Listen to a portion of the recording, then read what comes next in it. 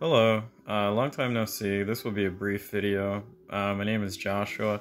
Long time no see. Thank you for visiting my channel. And something I would be glad to talk about in this video is um, really what are some misconceptions that are going on in the political landscape currently. And one of those misconceptions that really, I guess, irritates me is the philosophy of anti-racism that's being passed around in leftist and liberal thinking. And trust me, I'm not an individual who likes racism, but I've actually made a video on this channel talking about some of the biological and evolutionary reasons as to why racism as a phenomenon exists in the world, and that I think if people really want it to be the case that the world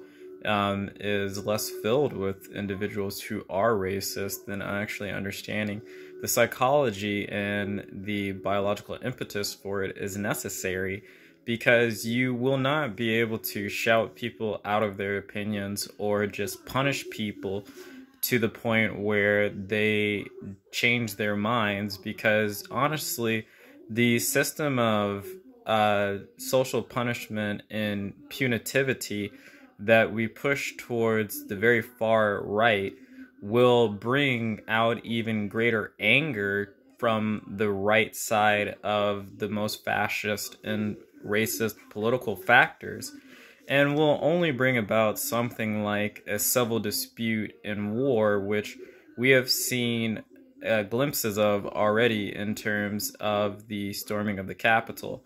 And what I would say is that what is most problematic about our take on anti-racism in this country is that we tend to only look at history from a very narrow range, and the discussion of racism has pretty much come down to a discussion of slavery in the time of the antebellum South and the Jim Crow state, and the activity of the internment camps for Chinese immigrants, and the way that the Anglo-Americans, the Anglo-Saxons and Europeans came over and pretty much conquered the western and southern Mexican and Spanish territories, and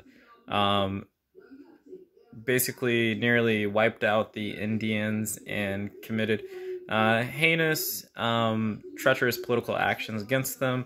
Though, here's what I would say about all of these things. These are activities of history that have taken place over and over and over and over again. The action of a group coming in and taking over a space that once belonged to a previous group, and either completely decimating or destroying that group, or assimilating them into a new gene population, is something that, from recent genetic studies and archaeological record, that we can see has happened a multitudinous amount across political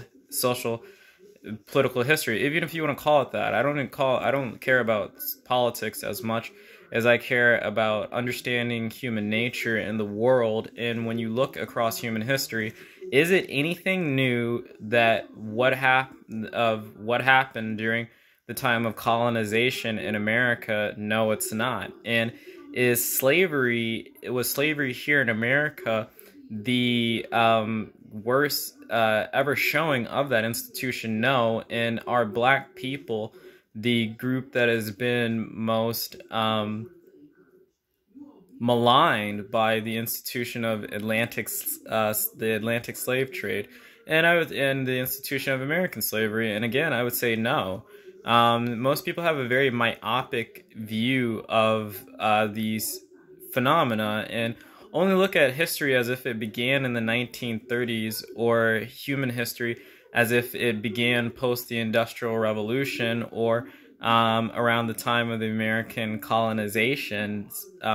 Whether or not you're talking about the Greco-Roman state, the early Prussian state, the Persian state, the Spartan state, I may have said the Roman state, the Zulu nation, Western African kingdoms, slavery as an institution across or China or Japan or wherever, Polynesian Islands, the West Indies, wherever. If you do a thorough analysis of human history and the activity of slavery, there is probably no group who has not had an enslaved ancestor that is on this planet.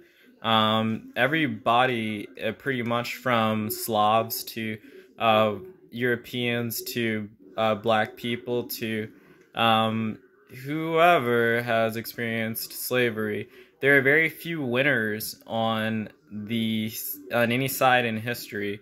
You have it mostly the case whether or not you're talking about Europe, whether you're talking about India, whether you're talking about China, whether you're talking about Japan, whether you're talking about Rome, whether you're talking about Greece, modern day Turkey, wherever.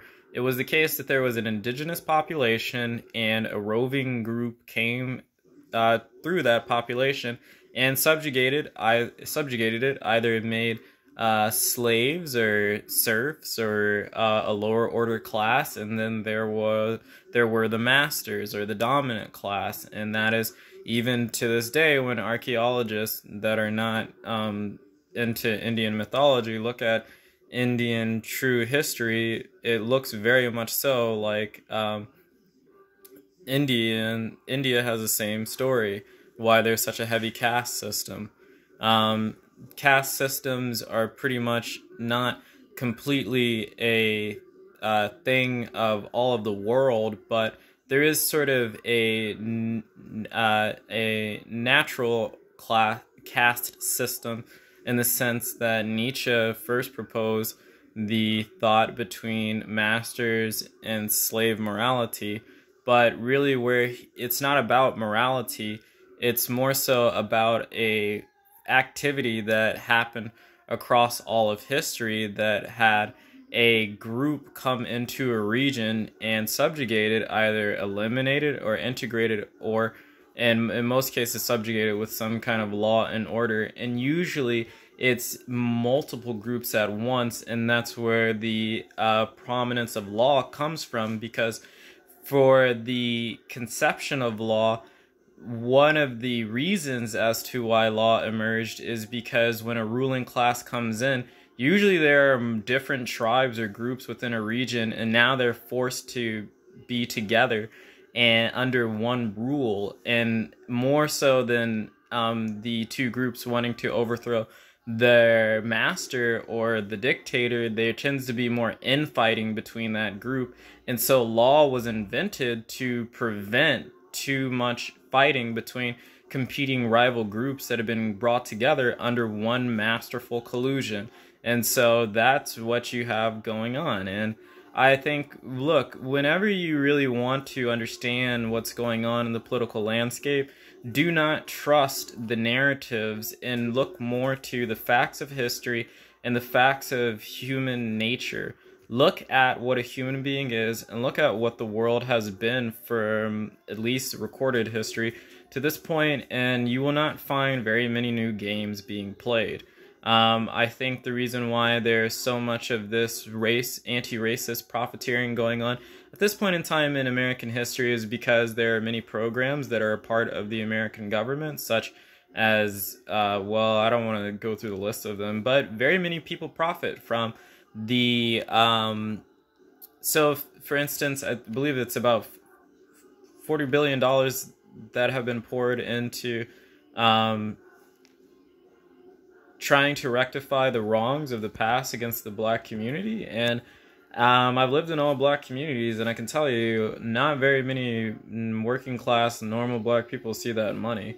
And so it goes into somebody's pockets, and it's going somewhere, and it's doing something, it's performing some function, but rarely is the function that it's performing is actually fixing the problems of the communities it supposes it's there to fix. And whenever you analyze these programs just from a purely statistical standpoint, in terms of do they actually meet the outcomes that they state out for themselves, or what their point is, no, they don't, which is why, you know, I'm not going to say just don't trust government, but I would say that at least at this current wave or title in American history, the anti-racist narrative that is being promulgated across media is something of a serious misunderstanding of history, and most of its rhetoricians are just that, rhetoricians.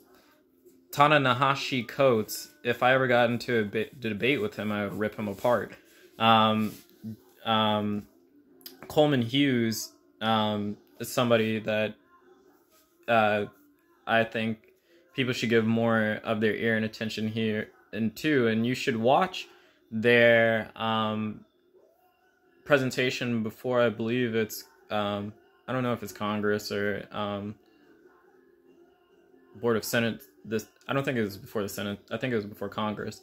And Coleman Hughes made very many points that I'm not going to go into in this video because I just want to make something short, and I don't really have enough time for today because I have a lot of things to do. And but I just want to say this, that there is not enough reason. There's not enough reason being put into the space of contemporary media because the issues are handled poorly, not very carefully. For instance, I'm staying in Texas right now, and there's been an increase in shooting and gun violence and gun deaths. But gun deaths have gone up, I think, about 2%. But if you just read this year, and so if you read the number in terms of the printed figure, it's going to sound very alarming. And so I think it's probably about 1,200 people have died due to gun violence in the state of, I believe, and I think that's true. I don't know. So before I say something that's not correct, that's probably just local to Houston, but I'm not, don't quote me on that. I'm not entirely sure. But then what the newscasters then said is that we're living in a war zone. America has officially become a war zone because violence, I believe, has gone up around the country. Generally, violent crimes have gone up. Now, there are reasons as to why violent crime has gone up. The fact that the police are being sued, arrested, and defunded ever so slightly has a lot to do with that. And also, there are many reasons as to why this is the case. And I'm not going to go into why violence has spiked in America because there are very many, but almost none of them have anything to do with gun laws necessarily. Some of it has to do with gun laws. I'm just going to say that, but that only probably makes up 20 or to 15% of the cases, because almost nobody who has been found in these things has lawfully possessed a firearm. And so that's another discussion, but I'm going to say this about this whole thing about now we're living in a war zone. I told my grandmother's like, I don't want to go outside now. Everybody's going to be shooting and killing everybody. I said, Grandma, look, there are this many people in the state, and there are this many that have gotten killed. I literally did the fraction. That actually boils down to about 2% of the population. That's not very many people. And then statistically, you still have a better chance of getting into a car wreck and dying when you're leaving your driveway than you do being gunned down in public. That's probably not going to happen. And so, especially depending on what side of the town you're on. I mean, like, we live pretty much. She lives in a suburb, and I'm staying at my grandmother's right now, and there's nothing there's nothing of that nature going on around here. So very highly unlikely. But my grandmother is somebody who watches the news and informs her thinking and opinion based on the news, which is probably why I don't have very great things to say about the news, because I see, for instance, my grandmother's mistaking and poor thinking that's based on what she tries to deduce and reason based on the facts and the stories and events that they present to her. And the language that they use is very sensational, because the newscaster said America is now in the state of a war zone. and we are not in a war zone. There's not enough death that happens per year, or enough buildings or actual physical damage that happens to any property or group of people for any sustained period to actually classify American society as a war zone, just because there's been a 1.2% increase in violent crimes and homicide this year. And this is just this year. So it's unusual in the sense that there has been a spike, but is that unusual spike an indication of a general trend, or something that gives you the credence to say, hello, America, today we're living in Somalia. Hello, America, today we're living in the middle of Kuwait. Hello, America, today this is the Iran-Contra scandal because all of those things, this is not Rwanda. There's no Hutus and Tutsis going about. It's not nothing. Just the American mind is so, what would I say, spoiled in a certain sense, or used or normalized to peace and civility.